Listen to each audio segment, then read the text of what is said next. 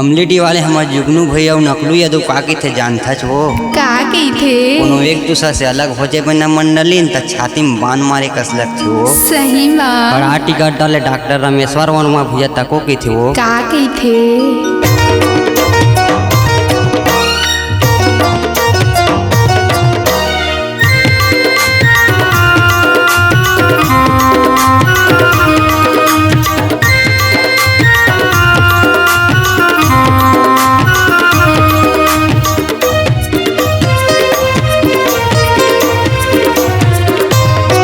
ढग झंडे पे धोखा झंडे पे ढग झंडे पे वो आबे रानी मोरे गाँव धोखा झंडे पे दग नहीं देवो धोखा नहीं देवो दग नहीं देवो रे आहू राजा तोर गाँव धोखा नहीं देवो दग नहीं देवो रे आहू राजा तोर गाँव धोखा नहीं देवो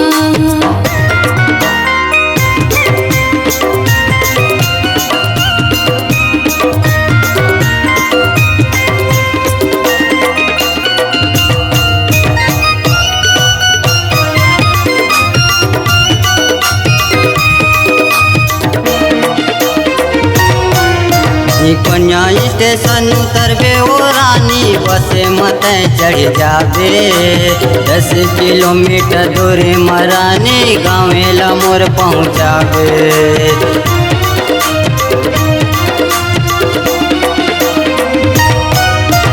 कन्या स्टेशन उतरबे ओ रानी बसे मत चढ़ जाबे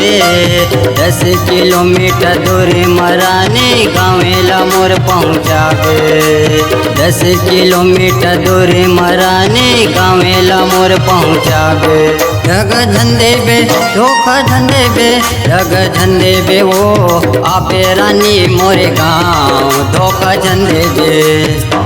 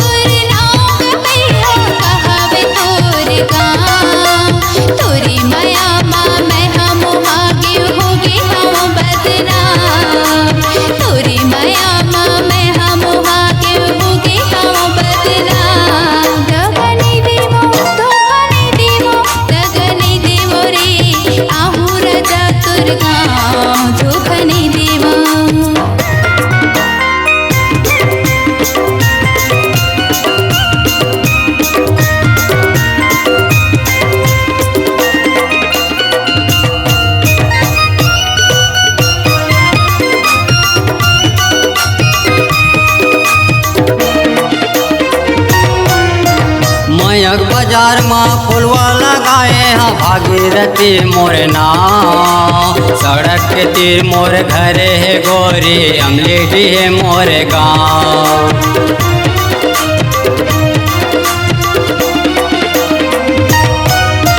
मयक बाजार में फुलवा लगाए हाँ भागीरथी मोरे नाव सड़क के तीर मोर घर है गोरी अमलेटी है मोरे गाँव सड़क के तीर मोर घर है गोरी अमलेटी है मोरे गाँव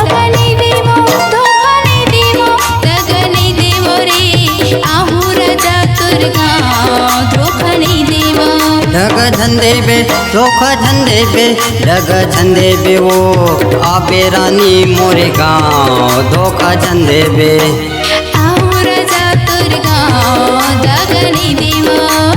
आबे रानी मोरे गाँव धोखा झंडे बे वो